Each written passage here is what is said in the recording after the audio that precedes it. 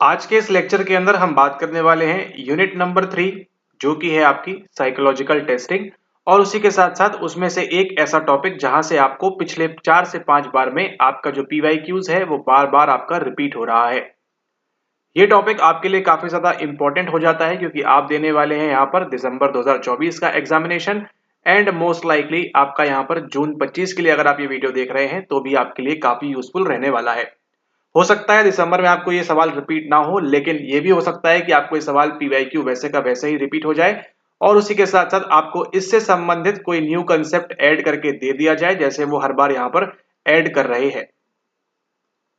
ठीक है, तो आज हम पढ़ने वाले हैं यूनिट नंबर 3 जो कि क्या है हमारे पास, जो कि है हमारे पास साइकोलॉजिकल टेस्टिंग के बारे में। ये क्या बोलता है, ये बोलता है टेस्टिंग। अगर हम बात करते हैं जैसे ही टेस्टिंग की, तो टेस्टिंग के अंदर आपके पास कौन कौन से परीक्षण होते हैं, कौन कौन से टेस्ट होते हैं। सबसे पहले देखिए, मोर कॉमनली आप जानते हैं यहाँ पर इंटेलिजेंस टेस्ट के बारे में। ठीक है, यानी कि आपका बुद्धि परीक्षण जिसको हम कहते हैं वो।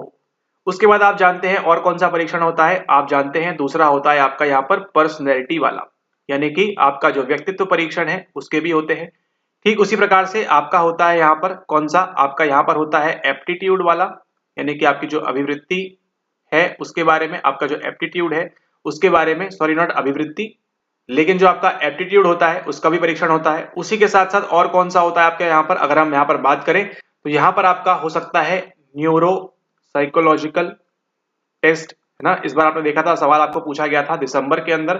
ठीक है, एक आपका बेंडर जेस्टाल्ट वाला पूछा गया था, उसी के साथ आपको देखिए लूरिया नेब्रास्का पूछने की आगे संभावना रहेगी। ठीक है, तो इतने प्रकार के टेस्ट होते हैं, इतने प्रकार के परीक्षण होते हैं। तो ये जो परीक्षण बनते हैं उनकी शुरुआत में आपको जो है सवाल पूछता है आपसे हमेशा यूजीसी नेट। ठीक है, इतना डिफिकल्ट नहीं पूछता है वो कि इसके अंदर कैसे बनाएंगे, लेकिन सिंपली क्या पूछता है आपसे, आपसे पूछता है कि आपके टेस्ट बनाने के स्टेप्स कौन कौन से हैं, उनको बनाने के पायदान कौन कौन से हैं, पहले आप क्या करते हैं, फिर आप क्या करते हैं, फिर आप क्या करते हैं। ठीक है, यानी कि यहां से लेके पूरे यहां तक की जो प्रोसीजर होती है उसको आप बोलते हैं टेस्ट कंस्ट्रक्शन के नाम से। उसके अंदर क्या क्या चीजें होती हैं उसको अभी हम यहाँ पर देखते हैं। सबसे पहले देखिए, अगर हम यहाँ पर कहें कि यहाँ पर आपको बनानी है, मान के चलिए आपको यहाँ पर बनानी है कोई XYZ सब्जी। ठीक है, कुछ आप खाना बना रहे हैं, आपको यहाँ पर XYZ कोई भी सब्जी बनानी है, मान के चलते हैं यहाँ पर हमारे पास है करेले की सब्जी। ठीक है, तो इस करेले की सब्जी को बनाने के लिए आपके पास क्या चाहिए होंगे, पहले चाहिए होंगे आपको यहाँ पर कुछ इनग्रेडिएंट्स, यानी कि कुछ चीजें आपको चाहिए होंगी। आप डायरेक्ट करेले की सब्जी नहीं बना सकते। ठीक है, इसी प्रकार से आप कोई भी टेस्ट बना रहे हैं, इंटेलिजेंस का हो, पर्सनैलिटी का हो, कुछ भी हो, आप उसको डायरेक्टली नहीं बना सकते। उसके लिए क्या चाहिए होंगे आपको, उसके लिए आपको पहले चाहिए होंगे इनग्रेडिएंट्स। ठीक है, और उन इनग्रेडिएंट्स में क्या बोलते हैं, उसी को जो आपके इनग्रेडिएंट्स हैं इन्हीं को हम क्या बोलते हैं, इन्हीं को बोलते हैं हम आइटम। समझ में आ गया आपको, यहाँ पर इन्हीं को हम क्या बोलते हैं, इन्हीं को बोलते हैं हम यहाँ पर मद। ठीक है, मद बोलते हैं इसको हम, यहाँ पर आइटम्स बोलते हैं। तो यहाँ पर देखिए आपको सबसे पहले क्या लगेगा, आपको सबसे पहले करेला लगेगा, आपको उसके बाद जो मसाले उसमें डालेंगे वो लगेगा, उसके बाद आपको जो है उसको काटने के लिए जो आप चाकू इस्तेमाल करेंगे वो लगेगा, फिर आप जिससे बनाएंगे आपको गैस लगेगी, फिर आपको बर्नर लगेगा, और वो सब चीजें आपकी एक्सेट्रा यहाँ पर आ जाएंगी। ठीक है, ठीक इसी प्रकार से आपको क्या होगा, इसी प्रकार से आप जो परीक्षण बना रहे हैं उसके अंदर क्या चाहिए होंगे, उसके अंदर आपको चाहिए होंगे आइटम। सबसे पहले मैंडेटरी क्या हो जाता है कि आपको आइटम यहाँ पर आपके पास होने चाहिए। ठीक है, एंड अब आपके पास ये जो आइटम आ चुके हैं, इनके बाद क्या होता है, नेक्स्ट आप क्या करेंगे, नेक्स्ट जो आपकी प्रोसीजर है उसको आप क्या बोलते हैं, उसको आप बोलते हैं आइटम एनालिसिस। ठीक है, उसको क्या करेंगे आप, उसको यहाँ पर आप एनालाइज करेंगे कि आपके पास जो आइटम्स हैं उस वो सही है या नहीं है। मतलब मान के चलिए आपने यहाँ पे चाकू लिया था, आपने यहाँ पर करेले की सब्जी ली थी, आपने यहाँ पर जो है मसाले लिए हुए थे, आपने तेल लिया हुआ था, क्या क्या लिया हुआ था यहाँ पर, उनमें से क्या करेंगे आप, उनमें से आप एनालाइज करेंगे। आपके पास 15 आइटम हो सकता है यहाँ पर होंगे, उसमें से क्या करेंगे, उसमें से आप एनालाइज करके क्या करेंगे, आप यहाँ पर 5 आइटम लेके आएंगे। 5 आइटम में क्या होगा, वहां पर आपकी गैस होगी, जो करेला रॉ सब्जी है वो होगी, फिर यहाँ पर 3-4 मसाले होंगे केवल, जैसे आप ले सकते हैं हल्दी, नमक और वो सब चीजें, और उसके साथ एक और चीज जो होगी आप ले सकते हैं यहाँ पर कि चाकू आपको लगेगा। मतलब इनके बिना तो आप बिल्कुल भी अपना जो है करेले की सब्जी अच्छे से नहीं बना पाएंगे। आपने यहाँ पर चूज कर लिया। ठीक इसी प्रकार से आप क्या कर रहे हैं यहाँ पर, आप कर रहे हैं यहाँ पर आपका आइटम एनालिसिस, जिसको आप किस नाम से बोलते हैं, जिसको आप बोलते हैं आपका मद विश्लेषण के नाम से। ठीक है, और इसी मद विश्लेषण के अंदर क्या होती हैं आपकी काफी सारी चीजें होती है, जैसे डिफिकल्टी इंडेक्स की बात करें और डिस्क्रिमिनेशन इंडेक्स की बात करें। ठीक है, और भी जो काफी सारी चीजें होती हैं वो सब किसके अंदर आती हैं, वो सब आती हैं आपकी आइटम एनालिसिस के अंदर में। ठीक है, ये हो गया आपका सेकेंड स्टेप। ठीक है, ओके, उसके बाद आप कहां पर जाते हैं, आइटम एनालिसिस करने के बाद आप जो जाएंगे वो अगला जो स्टेप लेके आते हैं, वो लेके आते हैं आप किसका, वो लेके आते हैं आप यहाँ पर रिलायबिलिटी का, यानी कि आपकी विश्वसनीयता का जो है वो यहाँ पर आपका नेक्स्ट स्टेप रहता है। ठीक है, विश्वसनीयता जो है आपकी वो आपकी यहाँ पर नेक्स्ट स्टेप रहती है। इसके अंदर आपको देखिए अलग अलग प्रकार की होती है। एक होती है आपकी टेस्ट रीटेस्ट रिलायबिलिटी, यानी कि आपने आज एक परीक्षण दिया, 14 दिन बाद आप एक और परीक्षण देंगे। सेम परीक्षण आप कब देंगे? 14 दिन के बाद देंगे। तो यहाँ पर जो है अलग अलग प्रकार के क्या आते हैं, अलग अलग प्रकार के आपको एरर देखने मिलते हैं, अलग अलग प्रकार की आपको त्रुटियां यहाँ पर देखने मिलती है। लेकिन मेजरली क्या है, नेक्स्ट स्टेप क्या होता है आपका, रिलायबल है या नहीं। मतलब ये 5 आइटम का इस्तेमाल करके जो करेले की सब्जी आप आज बना रहे हैं, क्या 14 दिन के बाद आप इन्हीं 5 आइटम को इस्तेमाल करके करेले की सब्जी बना पाएंगे वैसी की वैसी या नहीं? वैसी की वैसी मतलब अप्रोक्सीमेटली आप समझ रहे हैं।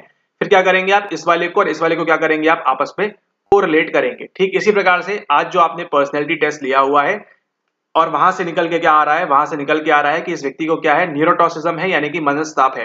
ठीक है, और वही आप क्या चेक करेंगे, वही आप चेक करेंगे कि 14 दिन के बाद भी क्या इस व्यक्ति को यहाँ से न्यूरोटॉक्सिज्म निकल के आ रहा है या नहीं आ रहा है। ठीक है, ऐसा तो नहीं हो सकता ना कि आपने जो 5 आइटम का इस्तेमाल करके आज करेले की सब्जी बनाई और ये वाली बनी अच्छी, ठीक है, यानी कि थोड़ी सी कड़वी कम लग रही है, और 14 दिन के बाद आपने जो बनाई है वो आपको बहुत ज्यादा कड़वी लग रही है अगेन। ठीक है, ऐसा तो नहीं होगा ना, लगभग लगभग उतनी ही अच्छी बनेगी, एकदम कड़वी एकदम खराब आप उसको नहीं बनाएंगे। ठीक इसी प्रकार से प्रत्येक टेस्ट का भी यही काम होता है। तो जब हम ये वाली करते हैं उसको हम क्या बोलते हैं, उसको हम यहाँ पर बोलते हैं आपकी टेस्ट रीटेस्ट रिलायबिलिटी। ठीक है, एंड जो कि क्या होता है, जो कि होता है आपका यहाँ पर नेक्स्ट स्टेप। नेक्स्ट स्टेप क्या होता है आपका, टेस्ट रीटेस्ट सॉरी आपकी जो रिलायबिलिटी है उसको यहाँ पर आप स्थापित करते हैं कि जो आप यहाँ पर करना चाहते हैं, आज जो रिजल्ट मिला है, क्या आपको 14 दिन के बाद 30 दिन के बाद, वो आपके ऊपर डिपेंड करता है कितनी देर से आप करते हैं, आपको वही रिजल्ट मिल रहा है या नहीं मिल रहा है उस टेस्ट के ऊपर। ठीक है, मतलब मान के चलिए आज हमने आपसे कोई टेस्ट लिया, उसमें आपका स्कोर आया है 100 150 में से। ठीक है, तो अगला अगर ये टेस्ट अच्छा होगा हमारा तो क्या होगा, 14 दिन के बाद आपका अगेन स्कोर कितना आएगा, आपका 90 से 110 के बीच में अगर आता है स्कोर तो बोलेंगे हाँ ठीक है आप अच्छा कर रहे हैं। लेकिन ऐसा अगर हो गया कि आपका स्कोर 140 चला गया तो वहां पर कुछ एरर देखने मिलेगा, या फिर अगर आपका स्कोर 10 देखने मिल गया तो वो भी वहां पर कुछ अलग अलग प्रकार के एरर हमको यहाँ पर देखने मिलते हैं। लेकिन मेन पॉइंट जो आपको एग्जाम पॉइंट ऑफ व्यू से ध्यान रखना है वो क्या है, वो है आपकी रिलायबिलिटी जो है वो आपका नेक्स्ट स्टेप आएगा। ठीक है, ओके, यानी कि नंबर 1 पे क्या आएगा, नंबर 1 पे आएगा आपका आइटम एनालिसिस। नंबर 2 पे क्या आएगा आपका, नंबर 2 पे आएगी आपकी रिलायबिलिटी। नंबर 3 पे अब जो हम बात करने वाले हैं वो किसके बारे में है, वो है आपकी वैलिडिटी के बारे में, यानी कि आपकी वैधता के बारे में। ठीक है, वैधता क्या होती है, अलग अलग प्रकार की यहां पर भी होती है। ठीक है, और इसका एक निमोनिक बताया हुआ है वैसे, वो है आपका कॉन क्री कॉन। ठीक है, इसको आप ध्यान रखेंगे तो आप ये 3 प्रकार की जो आपकी मुख्यतः वैधताएं होती हैं बेसिक वाली, उनको आप यहाँ पर बिल्कुल भी नहीं भूलेंगे। ठीक है, तो देखिए इस लेक्चर में आपको एक और निमोनिक मिलने वाला है यहाँ पर। ठीक है, आपकी जो वैधता है, आपकी जो वैलिडिटी है, उसको याद रखने की जो 3 बेसिक वाली है उसके अंदर अलग अलग है। उसको आप पढ़ना चाहें तो आप ज्वाइन कर सकते हैं कोर्स के अंदर और डिटेल में।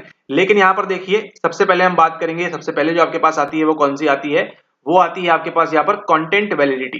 ठीक है, ये हो गई आपकी पहली वाली। उसके बाद जो आपकी नेक्स्ट आती है वो कौन सी है, वो है आपकी यहाँ पर क्राइटेरियन वैलिडिटी। नेक्स्ट वाली जो है आपकी कॉन क्री, एंड देन एक और जो आएगी कौन वाली, वो कौन सी है, वो है आपकी यहाँ पर कंकरेंट वाली वैलिडिटी। इन तीनों को अगर आपने याद रख लिया तो पेपर 1 क्या पेपर 2 क्या जीवन में कभी भी आप वैधता के बारे में आप कभी नहीं भूलेंगे। निमोनिक क्या है, निमोनिक सिंपली सा आपका है कौन क्री कौन। आपको केवल इतना ध्यान रखना है, अगर आपने इसको ध्यान रख लिया और उसके अंदर क्या क्या होता है उसको अगर आप पढ़ लेते हैं तो आप कभी भी नहीं गलती करेंगे किसके अंदर, आपकी वैधता के अंदर। ठीक इसी प्रकार से आपको इस निमोनिक से एक और निमोनिक लिंक होना चाहिए, याद आना चाहिए, वो कौन सा है, वो है आपका यहाँ पर कौन कॉम एंड चा। ये किसके लिए है, ये है आपकी हार्डनेस पर्सनैलिटी के लिए, कंट्रोल कमिटमेंट एंड चैलेंज, ये आपका किसके लिए है, ये आपने लिंक कर दिया यूनिट नंबर 7 आपकी पर्सनैलिटी जो है हार्डी वाली उसके लिए। और यहाँ इसको आप ध्यान रखेंगे आपकी वैधता वाले के लिए। ठीक है, ओके, तो अब यहाँ पर देखिए ये बात कर ली हमने, अगला जो स्टेप आने वाला है वो किसका है, वो है आपकी वैलिडिटी का। अब वैलिडिटी क्या होती है यहाँ पर, उसको हम यहाँ पर देखते हैं कितने प्रकार की होती है, वो तो देख लिया। ये क्या होता है, ये चीज होती है कि जो चीज आप कर रहे हैं वो उसको मेजर करता है या नहीं, इंटेंड्स टू मेजर। ठीक है, whatever you are measuring उसको वो मेजर कर रहा है। अब अगर आप करेले की सब्जी बना रहे हैं तो क्या करेले की ही सब्जी आप बनेगी उससे या नहीं, आप उससे भिंडी की तो नहीं बना लेंगे, आप उससे पनीर की तो नहीं बना लेंगे, आप उससे एक्सेट्रा किसी और चीज की तो नहीं बना लेंगे। ठीक है, एक्स वाई जी कुछ भी हो सकता है यहाँ पर। ठीक है, जो आप बनाना चाहते हैं क्या वही मेजर करेगा, क्या वही करेले की सब्जी आपकी बनेगी फाइनली या नहीं, या आप और कुछ वहां पर बना बैठेंगे। ठीक है, अगर आपका इंटेलिजेंस का परीक्षण है तो क्या वास्तविकता में वो इंटेलिजेंस को मेजर कर रहा है या केवल आपकी जो है मेमोरी को मेजर कर रहा है, समझ रहे हैं आप यहाँ पर, या केवल यहाँ पर मेमोरी को मेजर कर रहा है। अगर आप किसी की पर्सनैलिटी को मेजर कर रहे हैं तो क्या केवल पर्सनैलिटी को मेजर किया जा रहा है या फिर उसके अलावे आपके जो है यहाँ पर बाहर से क्या हो रहा है, आप जो है अलग से इंटरेस्ट को मेजर कर ले रहे हैं, उसके मुताबिक आप इंटेलिजेंस को मेजर कर ले रहे हैं, ऐसा तो नहीं हो रहा है बिल्कुल भी। ठीक है, तो इसको आप ध्यान रखेंगे। और ये जो निमोनिक्स है brought to you by psycho professor. ठीक है, ओके। तो यहाँ पर देखिए ये आपको ध्यान रखना है। तो अगला स्टेप कौन सा देखा आपने? अगला स्टेप देखा आपने यहाँ पर वैलिडिटी वाला। ठीक है, ओके, सब कुछ हो गया, सारा काम खत्म हो गया। और उसके बाद जो अंत में चीज आती है वो क्या है? वो है आपकी NORMS, यानी कि ये होते हैं आपके नॉर्म्स, ये होते हैं क्या आपके, ये होते हैं आपके यहाँ पर अब मानक की बात आएगी। ये आपका जो है सबसे लास्ट स्टेप होता है यहाँ पर। ठीक है, कौन सा आपका? आपका होता है यहाँ पर मानक को सेटअप करना। ठीक है, कि क्या इस टेस्ट के बेस पे हम कुछ नॉर्म बना सकते हैं, हम कुछ मानक बना सकते हैं या नहीं बना सकते हैं, वो बात होती है कहां पर? वो बात होती है सबसे एंड में यहाँ पर।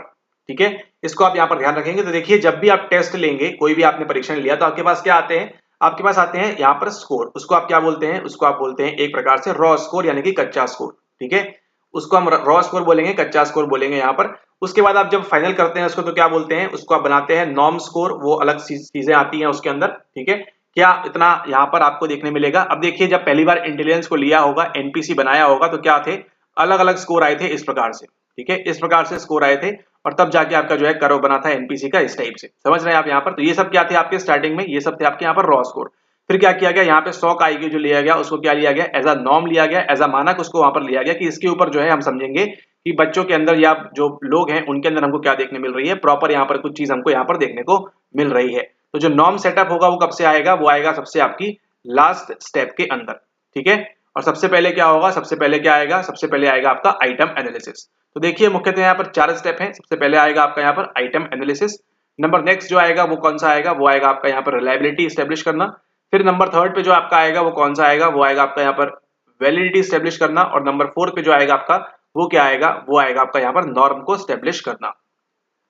तो ये देखा आपने, ये है आपके लिए मुख्य स्टेप्स, ये है आपके लिए मेन स्टेप्स, और जो आपको ध्यान रखना है हमेशा। और अगर आप ये वीडियो देख रहे हैं तो ये आपके लिए मतलब आप देखिए अगली बार जब ये सवाल आएगा ना, तो आपको ये 2 मार्क्स जो है फ्री के मिलेंगे। ठीक है, अगर आप इस वीडियो को ध्यान से देखते हैं, ये देखिए निमोनिक भी बन गया यहाँ पर IRVN, IRVN। ठीक है, IRVN, इसको आप कैसे याद रख सकते हैं? इसको आप याद रखिए IRVN। ठीक है, इसको आप ऐसे भी याद रख सकते हैं कि इंडियन रेलवेज वैन, VAN, ऐसे भी कर लीजिए, या फिर इसको जैसे भी आपको लगता है निमोनिक अच्छा, उस प्रकार से आप इसको कर सकते हैं। ठीक है, वैसे IR से देखिए आप यहाँ पर इंडियन रेलवेज देख पा रहे हैं, और V से आप यहाँ देख सकते हैं वैन, हमको तो दिख रही है वैन यहाँ पर। ठीक है, इस प्रकार से जैसे भी आपको याद रखना है उसको आप याद रख सकते हैं। और यहाँ पर देखिए आपको जो इंडियन रेलवेज की वैन है, अब आपको यहाँ पर 2 मार्क्स आपको फ्री में देके जाएगी जब भी ये सवाल रिपीट होगा। बस आपने क्या करना है? इस वीडियो को लाइक करना है, शेयर करना है, सब्सक्राइब करना है, और आपको जो है चीजें आपके दिमाग में सेट हो जाएंगी। और अभी आपको एक चीज करनी है, वो क्या है? आपको 3 सवाल हैं, वो तो खैर हमको सॉल्व करा देते हैं अभी आपको यहाँ पर, लेकिन आपको इसको कमेंट में आंसर करना है कि आपके मुताबिक इसका क्या आंसर होना चाहिए सही। ठीक है, और ये जो निमोनिक है इसको आप ऐसे भी याद रख सकते हैं कि इरविन नाम का एक लड़का है, इरविन नाम का एक रिसर्चर है जो क्या बना रहा है? यहाँ पर टेस्ट बनाता है। ठीक है, ये बढ़िया है, इंडियन रेलवे छोड़िए, इरविन नाम का एक लड़का है, वो क्या करता है? यहाँ पर टेस्ट बनाता है। पहले क्या करेगा? आइटम एनालिसिस, फिर क्या करेगा? रिलायबिलिटी, फिर क्या करेगा? यहाँ पर वैलिडिटी, और आइसक्रीम खाते खाते क्या करेगा? फिर वो आपका यहाँ पर नॉर्म सेट करेगा। ठीक है, तो इरविन नाम का लड़का आपको जो है अब यहाँ पर ध्यान रखना है। तो जी यहाँ पर देखिए सवाल है आपका, what is the correct sequence in development of psychological tool? Establishing reliability, item analysis, developing norm, या फिर establishing validity? सही आंसर क्या है इसको आप कमेंट करेंगे यहाँ पे, सही आंसर इसका क्या होना चाहिए। हिंदी में भी देख लीजिए एक बार इसको, कि मनोवैज्ञानिक उपकरण, उपकरण यानी कि हम क्या कुछ बनाने वाले हैं? नहीं, हमारे सिंपल हमारे जो टेस्ट होते हैं उसकी बात हो रही है। विकसित करने का सही अनुक्रम क्या है? विश्वसनीयता स्थापित करना है, मद विश्लेषण करना है, मानक विकसित करना है, या फिर वैधता स्थापित करना है? कुछ भी अगर आपको नहीं आता है जीवन में, लेकिन अगर आप पिछले 10 मिनट से वीडियो देख रहे हैं, आप इसका आंसर आंख बंद करके सही से कर पाएंगे। सबसे पहले देखिए क्या आएगा, सबसे पहले आपको क्या बताया है? सबसे पहले आपको बताया है इरविन नाम का लड़का है। आई से क्या आएगा आपका? आइटम एनालिसिस, यानी कि बी ऑप्शन आपका यहाँ पर सही होने वाला है। मतलब पहला गया और तीसरा गया, अब क्या बचा आपके पास? सेकंड एंड फोर्थ ऑप्शन, यानी कि आइटम एनालिसिस तो पहले आने वाला है। फिर हमारे पास क्या है? हमारे पास है इरविन नाम का लड़का, तो आर हमारे पास आ रहा है, यानी कि इस्टेब्लिशिंग रिलायबिलिटी, ये आया आपका। ठीक है, फिर भी देखिए अभी 2 ऑप्शन बचे हैं, अभी भी यहाँ पर CRD में से क्या आएगा? लेकिन आपको तो निमोनिक याद है, बी से क्या आएगा? आपकी वैलिडिटी आएगी, यानी कि डी, यानी कि आपका ऑप्शन नंबर यहाँ पर सेकंड जो है सही होने वाला है। 2 मार्क्स आपको मिल गए यहाँ पर फ्री में। अगर अगली बार ये गलती से भी सवाल रिपीट हो गया, आप 2 मार्क यहाँ पर लेके जाएंगे, ठीक है। और अभी आप आगे देखिएगा कैसे रिपीट हो रहा है, तो आपको समझ में आएगा कि पीवाईक्यूज लगाना आपके लिए क्यों जरूरी है, क्यों इंपॉर्टेंट है। BADC यहाँ पे सही आंसर है। और सबसे एंड में क्या आएगा, आइसक्रीम खाने के बाद आपका N आएगा, यानी कि नॉर्म्स आएंगे। और ये जो C है आपका लास्ट में आएगा, सही आंसर होता है आपका यहाँ पर BADC। अब यहाँ पर देखिए अगला सवाल जो है थोड़ा सा डिफिकल्ट बनाने का प्रयास किया है, लेकिन सवाल की जो थीम आपको बताते हैं, थीम, सवाल की थीम वही की वही है। थीम वही है, इरविन को आपको याद करना है। पता नहीं कौन कहाँ इरविन बैठा है, ठीक है। Okay, arrange the following steps in correct order. कुछ भी लिखा हो कोई मतलब नहीं है, मतलब थोड़ा सा मतलब है। व्हाइल डेवलपिंग अ क्वेश्चनियर, अच्छा क्वेश्चनियर बना रहे हैं ऑन एम्प्लॉय लॉयल्टी टेस्ट, ठीक है। ओके, क्या बोल रहे हैं, एग्जामिनिंग कंस्ट्रक्ट वैलिडिटी, निर्मिति सृजन वैधता का परीक्षण करना। Checking coefficient alpha of the questionnaire, okay ये वाला भी है। Verifying discrimination index of items, मदों के विभेदन सूचकांक का सत्यापन करना। और establishing the norm for the tool, ठीक है। यहाँ पे क्या बोला, नॉर्म फॉर द टूल। तो जैसे ही देखिए, अगर आपने सिर्फ ये लेक्चर देख रहे हैं तो आपको ये तो पता है कि जो नॉर्म है, इरविन नाम का जो लड़का है, सबसे एंड में आएगा, यानी कि डी जो है सबसे लास्ट में आने वाला है। डी कहां पर है, सब में लास्ट में दिया हुआ है, ठीक है। मतलब सवाल जो है थोड़ा सा डिफिकल्ट बना दिया है इन्होंने, क्योंकि डी को जो है सबसे आखिरी में दिया है, ठीक है, सारे ऑप्शंस के अंदर। तो डी को छोड़ते हैं, यहाँ पर हम आगे देखते हैं। आगे हमारे पास क्या है, वैलिडिटी की यहाँ पर बात हो रही है, यानी कि IRVIN, यानी N सबसे एंड में आ रहा है, उसके ऊपर क्या आएगा, उसके ऊपर हमेशा V आएगा। और भी कहीं आप बात हो रही है क्या वैलिडिटी की, और कहीं भी बात नहीं हो रही है वैलिडिटी की। तो D के बाद क्या आना चाहिए, पीछे से अगर सॉल्व करें तो आना चाहिए आपका यहाँ पर A, है ना। तो D पहले आएगा देन A आएगा। D पहले बाद में कहाँ है और A कहाँ पर है, ये आपका सही आंसर है।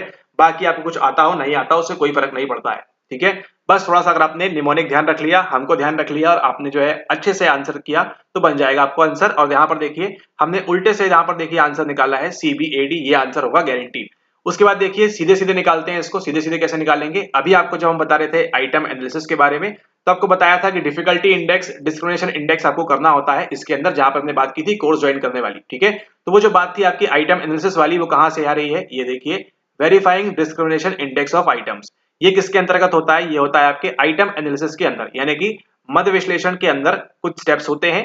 उन स्टेप्स में से एक स्टेप्स कौन सा है आपका, यहाँ पर वेरीफाई करना उसके डिस्क्रिमिनेशन इंडेक्स को, यानी कि सी आएगा सबसे पहले। सी सबसे पहले आएगा तो आपका बचते हैं यहाँ पर केवल 2 ऑप्शन, ऑप्शन नंबर सेकंड और ऑप्शन नंबर फोर्थ। उसके बाद क्या करने वाले हैं, देखिए अगला जो आपके पास है वो क्या है, वो है आपका B, checking coefficient alpha of the questionnaire. Coefficient alpha कहां देखने मिलता है आपको, ये अभी आपको जब आगे एक और सवाल देखेंगे आप 2024 का, ठीक है, वहां पर आपको सवाल समझ में आएगा कि यहाँ पर कोएफिशिएंट अल्फा यहाँ पर क्यों लिखा हुआ है, ठीक है। सही आंसर क्या है आपका, यहाँ पर सही आंसर है आपका ऑप्शन नंबर 2 CBAD। तो ये किसकी बात कर रहा है, ये बात कर रहा है आपकी रिलायबिलिटी के बारे में, ऐसे लिख देते हैं। ये बात कर रहा है आई के बारे में, ये बात कर रहा है रिलायबिलिटी के बारे में, और यहाँ पर तो समझ में आ रहा है वी के बारे में और यहाँ पर एन के बारे में। तो आप भी आइसक्रीम खाइए यहाँ पर इरविन के साथ में, ठीक है। ओके, तो ये आपका सही आंसर हो गया CBAD। बिना कोई डाउट के, बिना कोई दिक्कत के 2 मार्क्स आपके यहाँ पे सफलता से हासिल होते हैं। अगर आपने कॉन्सेप्ट समझ लिया होता तो आप देखिए, अगर आपने जून 24 के अंदर इस सवाल को मिस कर दिया है, यानी कि 30 अगस्त वाला जो एग्जाम था उसके अंदर अगर आपने सवाल देखिए कैसे रिपीट हुआ है सेम टू सेम, यहाँ पर देखिए बताया भी हुआ है 2022 में मोस्ट रिपीटेड 2-3 बार रिपीट हो चुका है। One psychologist has developed a tool on nature connectedness, what would be the correct sequence of the following psychometric activities. अभी जो भी ऊपर पूरा माल मटेरियल दिया हुआ है आपको कंफ्यूज करने के लिए दिया हुआ है, ठीक है ना। तो कंफ्यूजियाना नहीं है आपने। और यहाँ पर देखिए हिंदी में इसको देखें यहाँ पर, तो यहाँ देखिए समवेशी खंड विश्लेषण का पालन करना, शततमक मानक स्थापित करना, ये सब चीजें हैं। आंसर देखिए यहाँ पे ऑलरेडी दिया हुआ है 4, यहाँ पर दिया हुआ है आपको मार्क में, ठीक है। पीडीएफ अगर आपके पास नहीं है कंप्लीट पीवाईक्यू वाली, तो टेलीग्राम ग्रुप से आप उसको ले लेंगे आराम से, ठीक है। अब यहाँ पर देखिए क्या हो रहा है, ये इसको देखिए, सबसे पहले देखिए यहाँ पर हम सी बोल रहा है। सी क्या है, एग्जामिनिंग क्रोनबाक अल्फा। क्रोनबाक अल्फा कहां पर करते हैं, आपको देखने मिलती है आपको रिलायबिलिटी के अंदर, यानी कि ये बात कर रहा है किसके बारे में, ये बात कर रहा है आपके आर के बारे में। तो आर आएगा सबसे पहले, ठीक है। किसके बारे में बात कर रहे हैं यहाँ पर, आपकी क्रोनबाक अल्फा के बारे में। रिलायबिलिटी के अंदर अलग अलग प्रकार की होती है, उसमें से एक प्रकार जो है आपका वो कौन सा है, वो है आपका यहाँ पर क्रोनबाक अल्फा वाला। कैलकुलेट करके निकालते हैं। और यही देखिए आपको जो है 2019 और 20 के पीवाईक्यूज में आपको निकालने के लिए दे रहे थे कि क्रोनबाक अल्फा निकालिए। वो निकाल के क्या कर रहे हैं, सिंपली आप बता रहे हैं उसकी विश्वसनीयता के बारे में, सिंपली बता रहे हैं उसकी रिलायबिलिटी के बारे में, यानी कि ऑप्शन नंबर सी पहले आएगा। उसके बाद देखिए अगला कौन सा बोल रहे हैं, सवाल डिफिकल्ट है, उतना इजी नहीं है। अगला कौन सा है, अगला आप क्या स्टेब्लिश करेंगे यहाँ पर, अगली स्टेब्लिश करने वाले हैं आप यहाँ पर कंटेंट वैलिडिटी को, ठीक है। ई दिया हुआ है यहाँ पे, आप ध्यान रखना है, ए नहीं दिया हुआ है, ये नहीं करेंगे। कंटेंट वैलिडिटी को जो है आप यहाँ पर इसको स्टेब्लिश करेंगे, ई ऑप्शन। क्यों करेंगे, क्योंकि देखिए हमने जब बताया था आपको आर पहले आएगा देन वी आएगा, उसके अलावा बीच में कुछ भी दिया रहे आपको कंफ्यूज करने के लिए यहाँ पर दिया हुआ है, ठीक है। वी में जब हमने बात की थी तो आपको निमोनिक बताया था कॉन, और यहां पर देखिए क्या लिखा हुआ है। इसलिए आपको जो है सीरियल वाइज अच्छे से आपको जो है सारी चीजें बेसिक कंसेप्ट से आपको पता होना जरूरी है, क्योंकि आपके देखिए 2022 का सवाल तो इजी था, लेकिन आप क्या कर रहे हैं, सवाल को टफ बना दिया है, तो आपको सारा कुछ सीरियली आपको पढ़ा हुआ ना जरूरी है, किसके अंदर क्या होता है वो भी आपको बनना चाहिए। ठीक है, तो स्टैब्लिशिंग कंटेंट वैलिडिटी, सबसे पहला स्टेप वैलिडिटी के अंदर क्या होता है, कंटेंट वाला, फिर आपका क्राइटेरियन वाला, और फिर आपका यहाँ पर कंकरेंट वाला। जब कुछ नहीं काम कर रहा तो यहाँ पे पहुंच जाओ फिर आप। ठीक है, तो इसको आपको यहाँ पर ध्यान रखना है। एंड ये जो आपका आ रहा है, सॉरी कंटेंट यहाँ आएगा, क्राई यहाँ पर आएगा। ठीक है, ओके, तो कंटेंट वैलिडिटी आपको यहाँ देखने मिल रही है सेकंड नंबर पे, सॉरी सेकंड ऑप्शन पे, तो ई आपका आएगा यहाँ पर, तो सी के बाद ई आएगा। कंफर्म हो गया, यहाँ पे आपका आंसर यही है। अब यहाँ पर देखिए एडीबी में क्या लिखा हुआ है, ए बोल रहे हैं carrying out exploratory factor analysis, तो ये कंफ्यूज करने के लिए आपको सिंपली कि आप इसको निकालेंगे। ठीक है, ये करेंगे आप, और उसके बाद क्या करेंगे आप, वेरीफाई करेंगे प्रेडिक्टेबिलिटी को, डी ऑप्शन। और यहाँ पर देखिए बी में क्या दिया हुआ है, इस्टेब्लिशिंग परसेंटाइल नॉर्म। तो जो आपको बताया था कि नॉर्म के अंदर भी अलग अलग चीजें होती हैं, परसेंटाइल ये वो, तो नॉर्म जो है वो कहां पर आएगा, नॉर्म सबसे लास्ट के अंदर आएगा। ठीक है, तो बी को आपने पकड़ लेना है, बी सबसे आखिरी में आएगा। ठीक है, आपने जैसे ही पढ़ा परसेंटाइल नॉर्म, यानी कि समझ में आ गया किसकी बात हो रही है यहाँ पर बात हो रही है आपके मानक के बारे में। ठीक है, तो मानक सबसे एंड में आएगा, केवल दो ही ऑप्शन में दिया है, तो आपके पास तो ई बचता है या 4 बचता है। अब इन दोनों में से आपको एक मार्क करना है, तो आप दोनों तरीके से देखा आपने सॉल्व कर सकते हैं, अगर आपको केवल मालूम हो किसके बारे में, आपको मालूम हो इरविन के बारे में। ठीक है, तो इरविन को जो है फेमस कर दीजिए, और ये सही आंसर है आपका, ऑप्शन नंबर 4 यहाँ पर निकल के आता है। ठीक है, हिंदी में एक बार इसको देख लेते हैं, क्योंकि हिंदी तो यहाँ पर देखिए सबसे पहले क्या है, पूर्व कथनात्मक होगा, वैधता स्थापित करना, सबसे पहले इसको स्थापित करेंगे। देन विषय वस्तु वैधता स्थापित करना, जबकि है वैलिडिटी यहाँ पर कंटेंट वाली, विषय वस्तु क्या है आपका। देन आपका आएगा समवेशी खंड विश्लेषण का पालन करना, फैक्टर एनालिसिस की बात कर रहे हैं। देन आपका आएगा यहाँ पर डी, कहा गया, सॉरी यहाँ पे उल्टा बोल दिया क्या, सबसे पहले आपका आएगा क्रोनबर्ग अल्फा जांचना है, यहाँ पे सी वाला ऑप्शन जो आपका यहाँ पर क्रोनबर्ग अल्फा की बात है, सी। देन आपका यहाँ पर ई आएगा, देन आपका यहाँ पर ए आएगा, देन यहाँ पर डी, और फिर यहाँ पर बी। ठीक है, देखिए हिंदी में थोड़ी जो है यहाँ पर गड़बड़ी हो जाती है, तो आपको भी ध्यान रखना है यहाँ पर कि आप इंग्लिश में एक बार इसको देख लेंगे, ताकि आप भी कंफ्यूज ना होंगे। ठीक है, क्योंकि आपको मालूम है मानक जो आएंगे सबसे एंड में आएंगे, मानक एंड में केवल 2 जगह पर आ रहे हैं।